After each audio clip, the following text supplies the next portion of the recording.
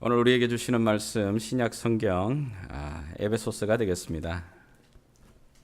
에베소서 6장이 되겠습니다. 제가 가진 성경으로는 신약 성경 316페이지가 되겠습니다. 에베소서 6장 1절에서 3절까지 말씀 다 같이 천천히 같이 합독하겠습니다. 1절부터 3절까지입니다. 자, 우리 찾은 분들 아멘 하겠습니다. 아멘. 주님 이 말씀이 내 삶에 아멘 되기를 원합니다. 같이 한번 천천히 읽어 나가겠습니다. 자녀들아, 주 안에서 너희 부모에게 순종하라. 이것이 옳으니라. 내 아버지와 어머니를 공경하라. 이것은 약속이 있는 첫 계명이니 이로써 네가 잘되고 땅에서 장수하리라. 아멘. 오늘 어버이 주일을 맞이하여서 매번 또 듣는 것 같은 이 메시지를 또 선택하게 됩니다. 아마 어버이 주일이 되게 되면 이 말씀을 한 번씩은 다 듣게 되는데 똑같은 이야기, 똑같은 내용을 전하게 될 것 같습니다.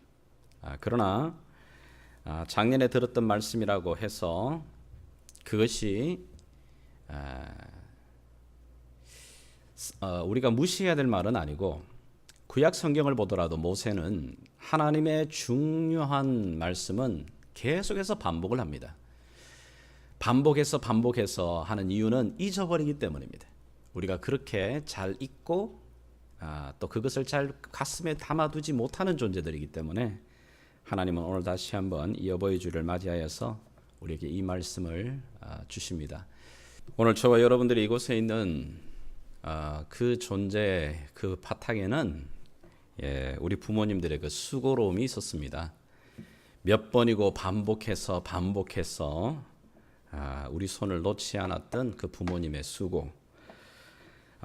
그러했기에 사실 부모님을 효도한다, 부모님을 공경한다라고 하는 이런 내용은 어느 종교든 어느 민족이든 어느 나라든 이런 생각과 마음들은 다 있습니다. 효도에 대해서 우리가 말을 할 때는 철륜이다. 이건 뭐 끊을 수 없는 것이다.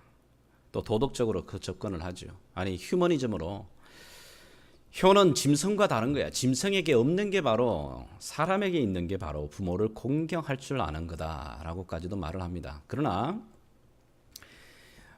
이런 부모에 대한 효, 부모를 공경하는 이 이야기는 뭐 꼭 성경 이야기하지 않아도 우리가 다 알고 있어요. 아니, 어떤 면에서는 예수 믿지 않는 사람들 중에 보게 되면 지극한 효자들 많습니다. 우리 주변에도 보게 되게 되면 부모를 공경하는, 그리고 사랑하는 그런 사람들을 참 만나게 됩니다. 그렇다면 오늘 이 아침에 저와 여러분, 예수를 주라 고백하고 하나님을 아버지라 고백하는, 그리고 성경을 믿는 나와 여러분들에게는 한 가지, 성경은 도대체 부모를 공경하는 이 일에 대해서 우리에게 뭐라고 말을 하는가?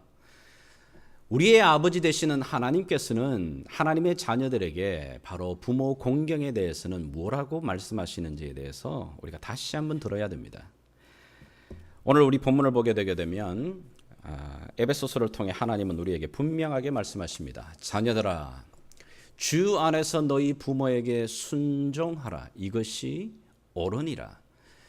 이것이 옳다고 말하죠. 아주 단정적으로 말합니다.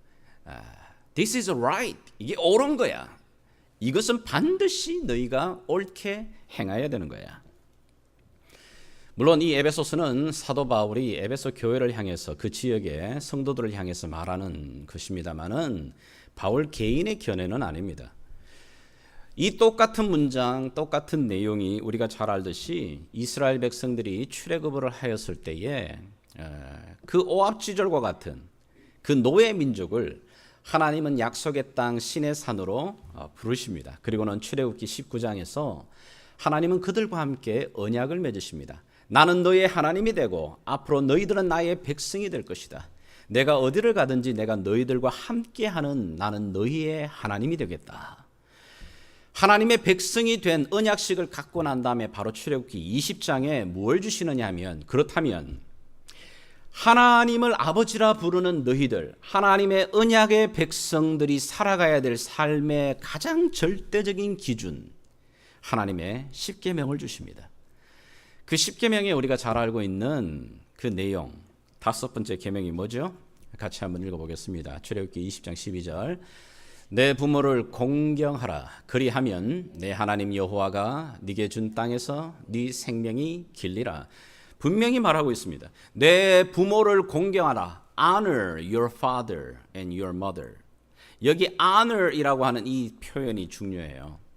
우리가 십계명의 제1계명이 뭐죠? 내 앞에 다른 신을 섬기지 마라. 그 말할 때 섬긴다 말할 때 그 섬김, 그 단어와 여기 부모를 공경하라는 이 단어가 한글의 표현은 다르지만 원어 히브리어는 똑같은 단어예요. 카벳. 그러니까 너가 하나님을 예배하고 섬기는 그 섬김의 똑같은 레벨과 똑같은 깊이와 똑같은 높이와 똑같은 마음으로 내 육신의 부모님을 어떻게 하라고요? honor 해야 된다. 공경해야 된다. 이것이 바로 성경이 우리에게 말하는, 하나님이 우리에게 가르치고 있는 부모 공경에 대한 첫 번째 원칙입니다. 물론 예수 믿지 않는 분들에게도 부모님은 중요합니다. 내 육체가 있도록 존재하게 만들어 주신 분들입니다. 그러나 예수 믿는 사람들에게는 단순하게 나의 부모님이 내 육체를 이 땅 가운데 주신 그런 존재로만 그 정도가 아닙니다. 우리는 부모님을 통해서 육신의 몸만 얻은 게 아닙니다. 여러분들이 만약에 믿음의 신앙의 가정에서 자라신 분이라면 여러분의 부모님을 통해서 육신만 얻은 것이 아니라 여러분들은 이 생뿐만 아니라 내세에까지의 살아있는 생명을 얻으신 겁니다. 부모님을 통하여서 내가 믿음을 알게 되었고 예수를 알게 되었다면 나는 바로 이 땅에서 잠깐 살다가 사라져버리게 될 이 흙덩이와 같은 육체뿐만 아니라 영원히 살아가게 될 이터널 라이프를 우리 부모님을 통해 내가 얻게 된 겁니다. 세상에 많은 종교들 부모님이 우리의 삶의 근본이다. 그러나 성경은 한 걸음 더 나아갑니다.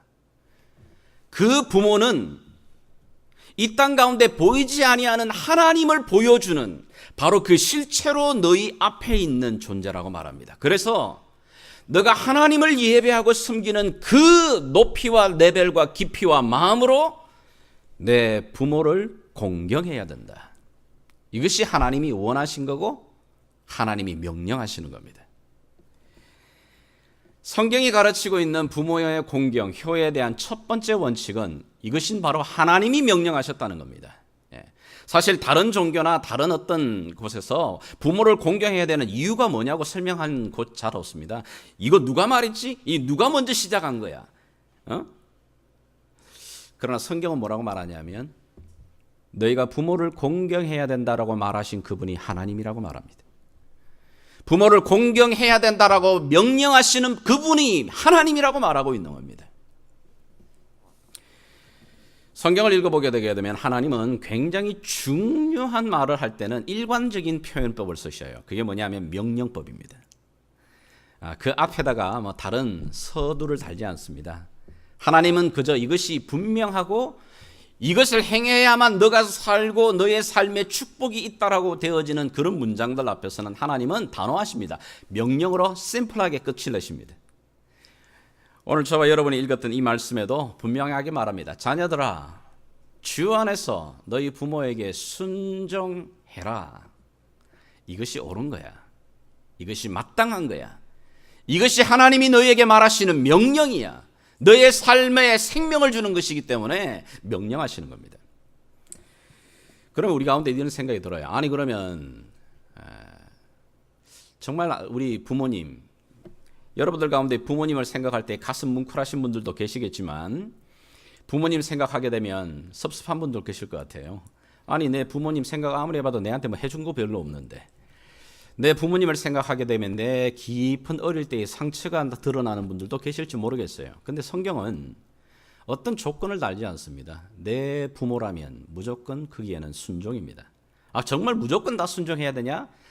물론 그런 알기가 일어날까? 성경은 그 앞에다 하나의 단서를 들죠. 주 안에서 하나님이 주시는 이 말씀과 대치되는 것이 아니라면 너의 부모의 어떤 형편과 처지와 레벨 그런 거 상관없는 겁니다.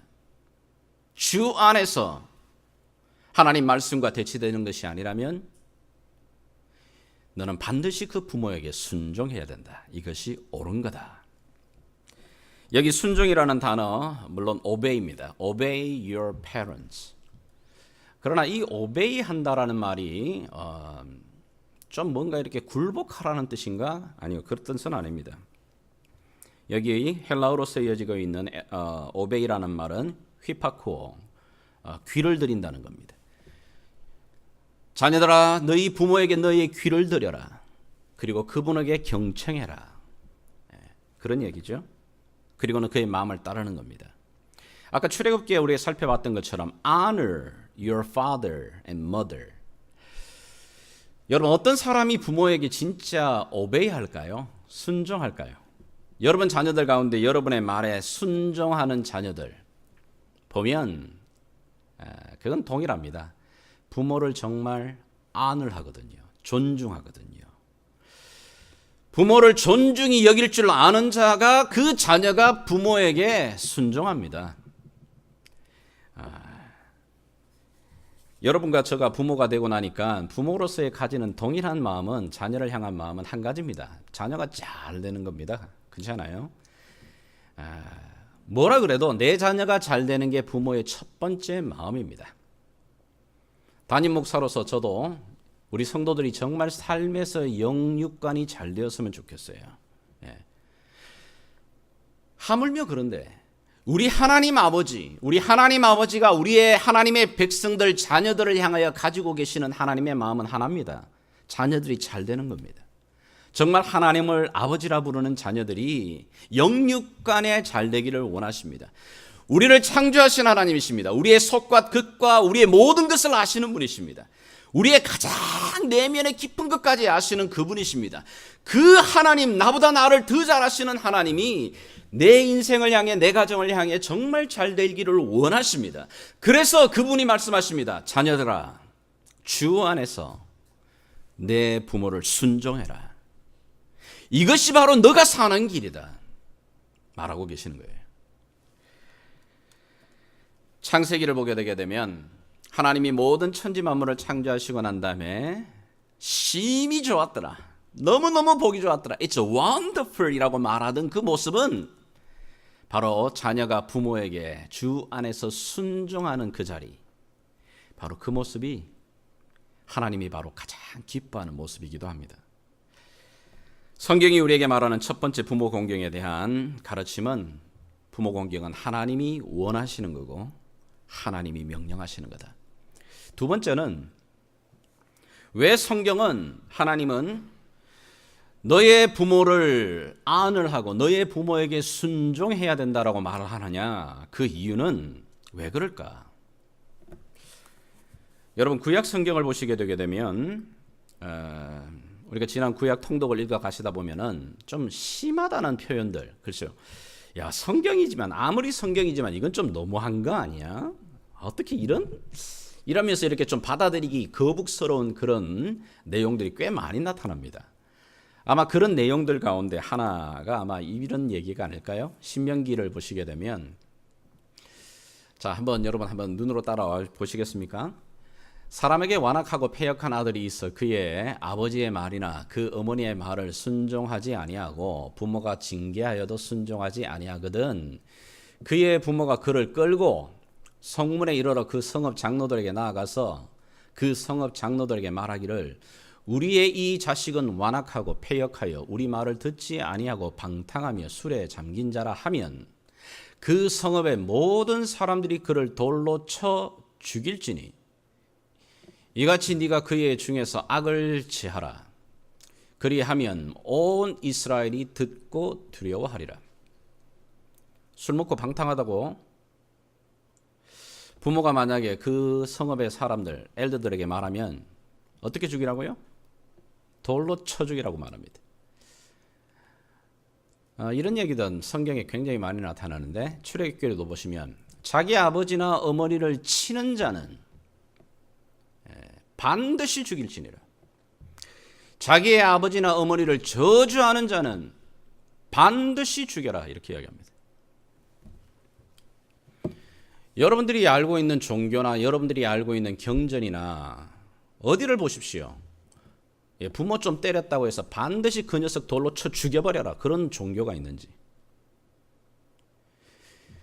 아무리 도덕적으로 윤리를 가르치는 유교에서도 아버지와 어머니를 저주하는 자 죽여버려라 그것도 반드시 죽여라 그렇게 말하지 않습니다. 그런데 성경은 뭐냐면 너무너무 단호합니다. 만약에 그 자녀가 부모를 욕하거나 부모를 친다? 삶이 도대체 그 삶 가운데서 방탕하다? 그것이 부모의 가슴을 아프게 만드는 일이다? 그러면 어떻게 하라고요? 그 자식 쳐 죽여버려라 이렇게 하는. 와, 이거 좀 심하지 않나? 기독교라고 하는 종교가 굉장히 사랑과 긍휼과 인자가 풍성한 것 같았는데 이런 본문을 읽으면 좀 섬뜩한 거예요. 왜 그러냐? 왜 성경은 부모를 거역하고 부모에게 있어서 저주하는 이런 자녀들을 반드시 죽이라고 말을 하느냐? 왜 이렇게 단호하게 하나님이 명령하시는가?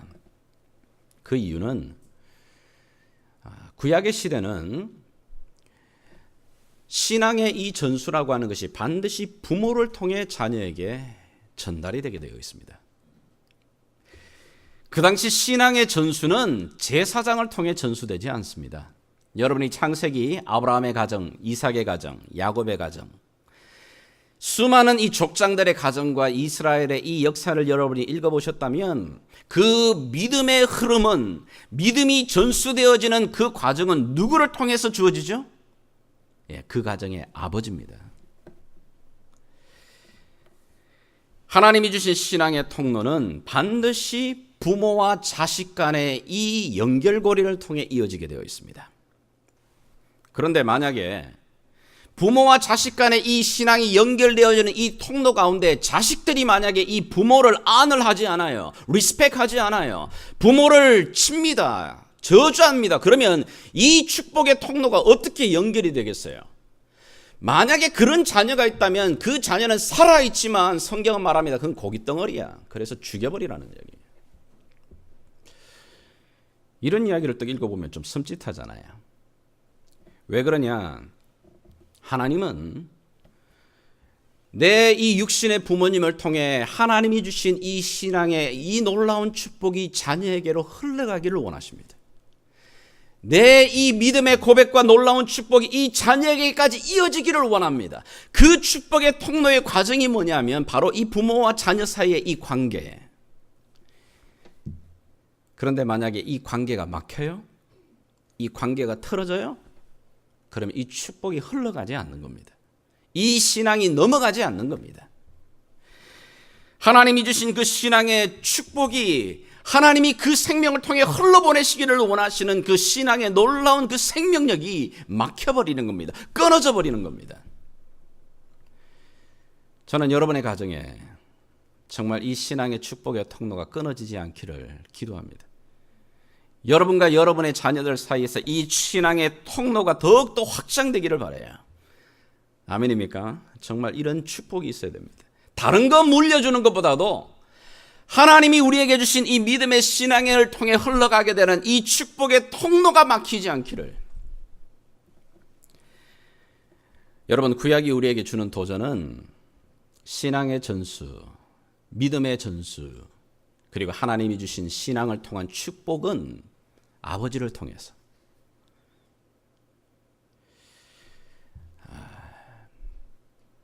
아버지를 통했습니다. 구약의 대표적인 이야기들을 좀 하죠. 우리가 잘 알고 있는 아브라함과 이삭의 이야기. 우리가 잘 알잖아요. 그런데 생각해 보십시오. 아브라함이 100세 때에 이삭을 낳았습니다.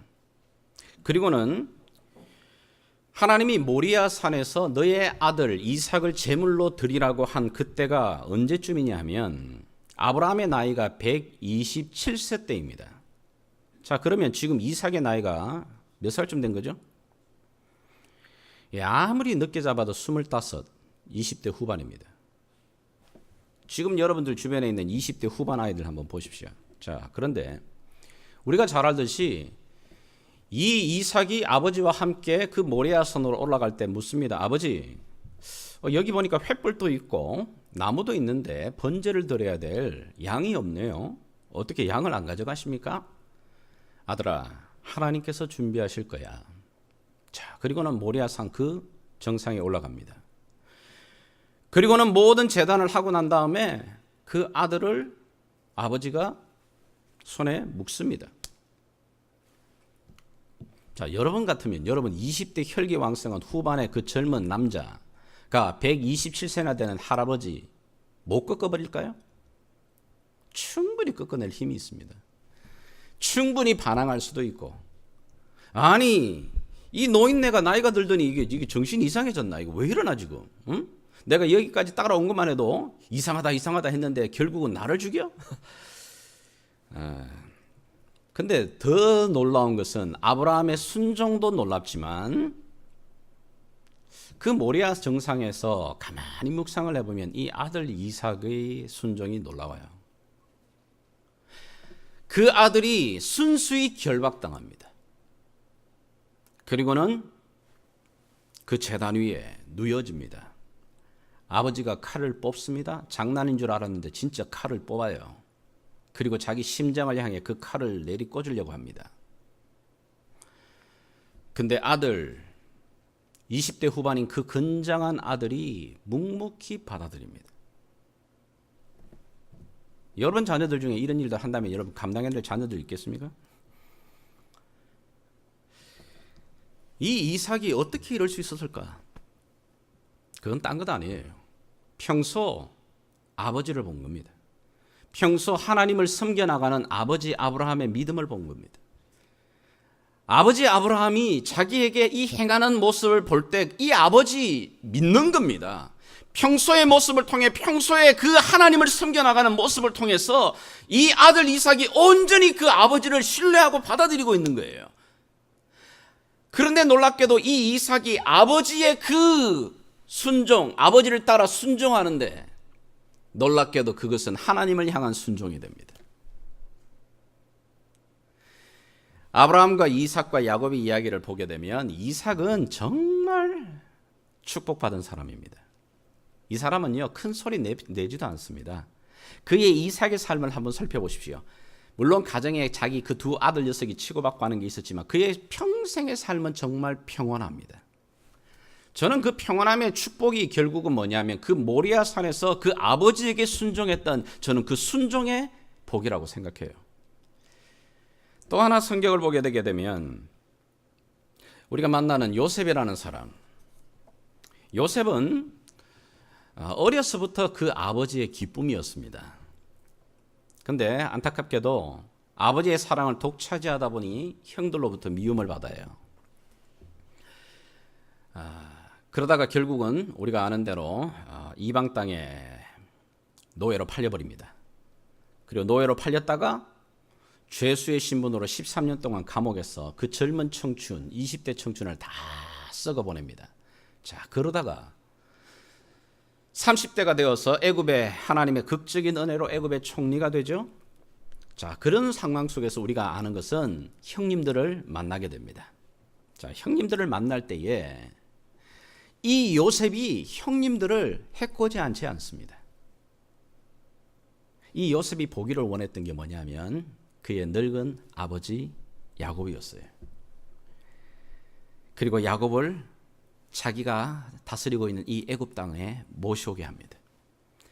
그리고는 그 애굽 땅에 있는 그 아버지를 극진하게 모십니다. 창세기를 보시게 되게 되면 요셉이 흉년이 아직까지 5년이나 남았는데 아버지 이 땅에 오셔서 내가 복양하겠습니다. 아버지와 아버지의 자식들, 손자들 제가 다 테이크케어 하겠습니다. 아버지 보고 하는 겁니다. 야곱을 보고. 야곱을 보고서 그 형들까지 다 품습니다. 그런데 이제 아버지가 죽었습니다. 야곱이. 죽고 나니까 이 형들이 어떤 생각을 합니까? 아, 요셉이 아버지를 사랑하고 아버지를 공경했기 때문에 아버지가 살아계실 동안에는 우리를 봐줬지만 이제 아버지가 죽고 났으니까 이제야 벼르고 벼렀던 그 원한을 우리한테 쏟아부을 거야. 그리고는 요셉의 형들이 자기 그 자녀들까지 다 데리고 와가지고 요셉 발밑에 엎드리면서 애걸복걸합니다.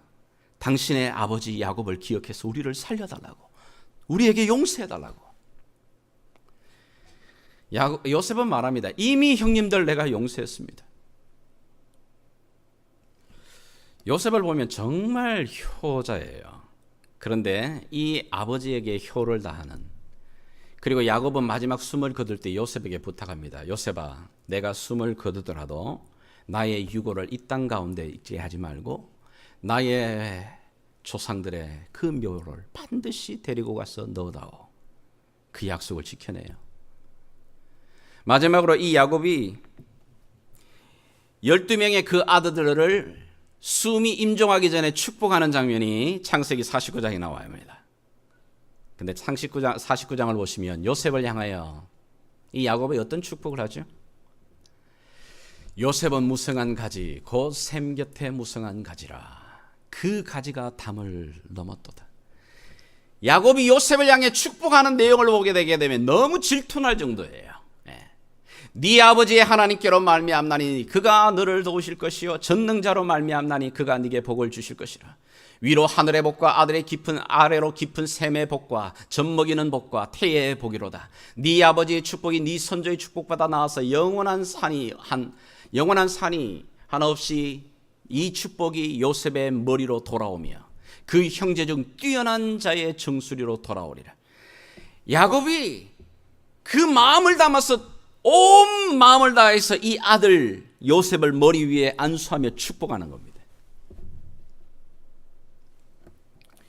여러분, 신앙의 통로,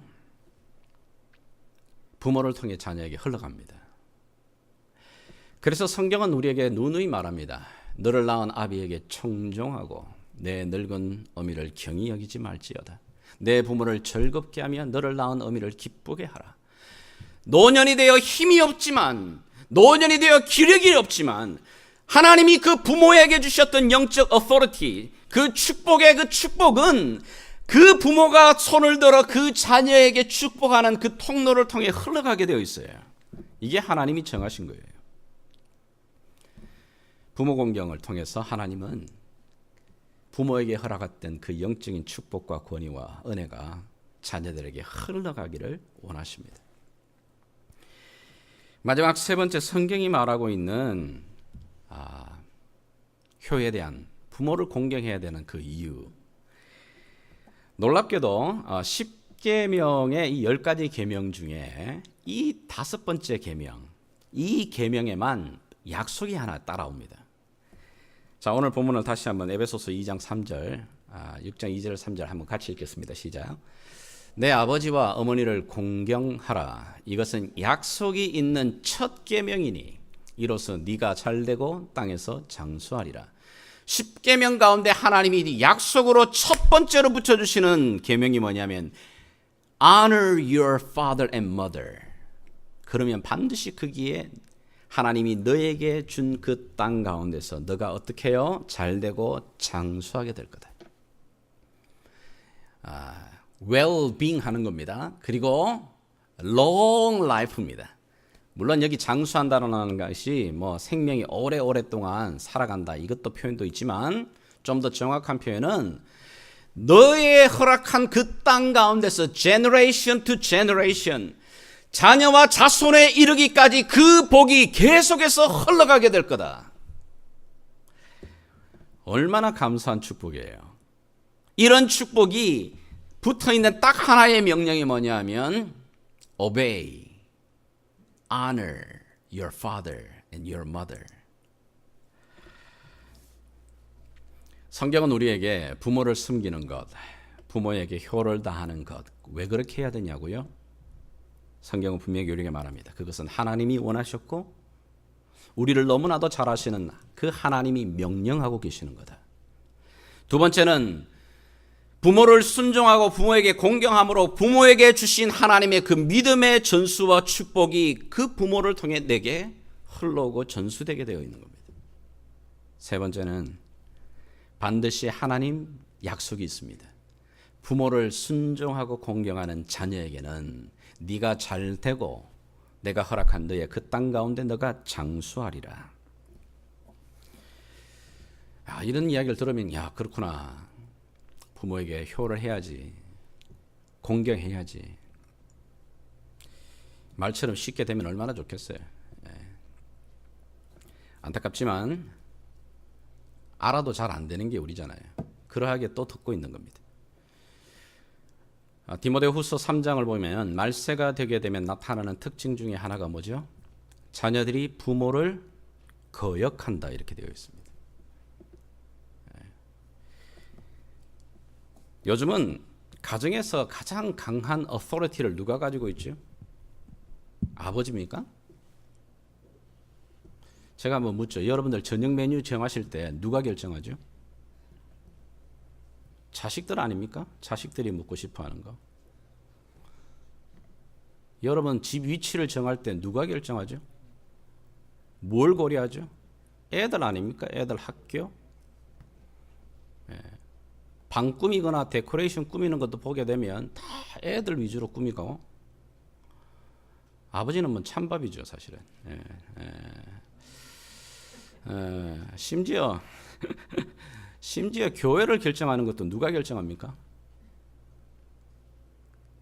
애가 결정합니다. 목사님 우리 애가 이 교회에 적응을 못 해가지고. 그러시면 안 됩니다. 가정의 권위를 여러분이 그렇게 무너뜨리시면 안 됩니다. 우리 부인마님들. 하나님이 허락하신 그 가정의 어토리티를 여러분이 무너뜨리시는 순간 나중에 그 자녀들이 부모를 멸시합니다. 어버이날이 되거나 이렇게 되게 되면 아이들이 아무것도 안 하고 그냥 카드 하나 쓰고 퉁치려면 그렇게 하면 안 됩니다. 이 카드가 어디야 이렇게 마음을 다해 쓰는 이 카드. 아니요, 그렇게 하지 마십시오. 성경이 가르치는 것은 뭐냐면 분명하게 부모에게 물질을 다해 섬기라고 말하고 있습니다. 손을 들여라고 말하고 있습니다. 왜냐하면 그것이 자녀를 향한 축복의 통로입니다. 저도 처음에는 뭐 이런 것까지 익혔는데 아니다. 내 자녀를 위해서 이건 받아내야 되겠다. 말씀을 묵상하고 가르치고 공부해보면 해볼수록 여러분들 솔직하게 아무 맨입으로 입 닦는 그런 자식보다 그래도 뭐 하나 갖고 와가지고 아빠, 엄마, I love you 이렇게 하는 거하고 여러분 어느 게 마음이 더 풀리십니까? 인간적으로? 당연히 받아야죠. 받으면 그래, 너 그래 예쁘네. 한 번 더 머리 쓰다듬고 이 아이를 위해서 축복 기도하죠. 단순하게 여러분이 자녀를 위하여 축복 기도하는 그것으로 멈추지 마십시오. 여러분에게 있는 하나님이 주신 이 영적 어토리티와 이 축복의 통로의 이 권위를 하나님은 여러분을 통해 흘려보내기를 원하십니다. 그러려면 자녀들이 반드시 그 일을 할 수 있도록 가르쳐야 됩니다. 물론 그 일은 어디서부터 시작했냐? 자녀된 내가 먼저 시작해야 되죠. 안타깝게도 우리 한국 사람들 중에는 죽은 뒤 효자들이 너무 많습니다. 제가 장례식을 이렇게 좀 가보면서 느끼는 것 하나는 그분의 삶에 평소에 어땠는지 모르지만 어쨌든 부모님이 돌아가시게 되면 최대한 장례는 화려하게 값지게 하려고 노력합니다. 모르겠어요. 아마 그것의 이유를 나도 정확하게 모르겠어요. 아마 예수 믿지 않는 사람들은 평소는 잘 못하더라도 마지막 임종 때 또 임종되고 난 다음에는 부모에게 최선을 다해요. 그 이유를 가만히 좀 들어보면 맞는지 모르겠지만 부모가 나중에 죽고 난 다음에 귀신이 돼가지고 자기들한테 괴롭힐까봐 그 원한, 그게 두려워가지고 어쨌든 간에 마지막은 최선을 다해서, 그리고 죽고 난 다음에 완전 상 차리고 매년마다 제사 드리는 건 너무너무 잘해요. 그러나 성경은 그래 말하지 않죠. 여러분들이 부모님이 죽고 난 다음에 값진 수의를 입히고 뭐 이 불타버리면 썩어져 버릴 그 나무 좀 더 비싼 거 그런 거 하지 말고 살아 계실 때 장례식 보험 뭐 엄청 비싼 거 해가지고 좋은 자리 좋은 땅 여러분 구하겠다고 쓸 그 돈 살아 계실 때 드리세요. 살아 계실 때. 왜요? 성경은 말합니다. 우리 육체는 죽고 나게 되면 흙으로 돌아가 버려요. 우리의 영혼은 하나님 품 안에 있는 겁니다. 그 영혼이 뭐 귀신이 돼가지고 돌아다니면서 뭐 자손들, 자녀들 괴롭히거나 뭐 잘 안 해주면 너 한번 보자 이렇게 아니요. 그건 성경이 말하는 가르침이 아닙니다. 살아 계실 때 최선을 다해라. 다시 한번 여러분들에게 마지막으로 권면드립니다. 자녀들아, 주 안에서 너희 부모에게 순종해라. 이것이 옳으니라. 아유, 뭐 지금 해드리려고 하니까 경제가 아직까지 살림이 안 좋아서 뭐 시간이 없어서 바빠서. 여러분이 여유가 좀 생길 때쯤 되면 부모님 안 계십니다. 늦습니다. 그렇다면 살아계실 때 그 부모님이 나를 통해 축복하실 그 축복의 기회, 하나님이 그 부모를 통해서 내게 주실 믿음의 그 좋은 축복의 기회 다 놓치시는 겁니다. 여러분들이. 그러하기에 지금 하셔야 됩니다. 바로 오늘 지금 하는 것이 성경이 말하는 지혜라고 말하고 있는 겁니다. 언젠가는 여기에 계신 분들 모두 이미 벌써 좀 나이 연세 드신 분들은 다 부모의 자리에 계시고, 우리도 자라나서 부모의 자리에 다 서실, 여기 청년들도 얼마 있지 않으면 부모의 자리에 서잖아요. 근데 여러분들이 정말 부모의 자리에 서서 제대로 된 이 축복을 누리고 전해주기를 원한다면 지금부터 하셔야 돼요. 지금부터. 여러분의 자녀들이 지금부터 많이 쳐다보고 있는 겁니다. 야, 어떻게 하고 있나. 하나님께서 오늘 저와 여러분 이 아침 어버이 주일을 맞이하면서 다시 한번 말씀하십니다. 자녀들아, 주 안에서 너희 부모에게 순종하라. 이것이 옳으니라. 내 아버지와 어머니를 공경하라. 이것이 약속이 있는 첫 계명이니 이로써 내가 잘되고 땅에서 장수하리라. 이 은혜와 복이 저와 여러분의 가정에 충만하기를 주 예수의 이름으로 축복합니다.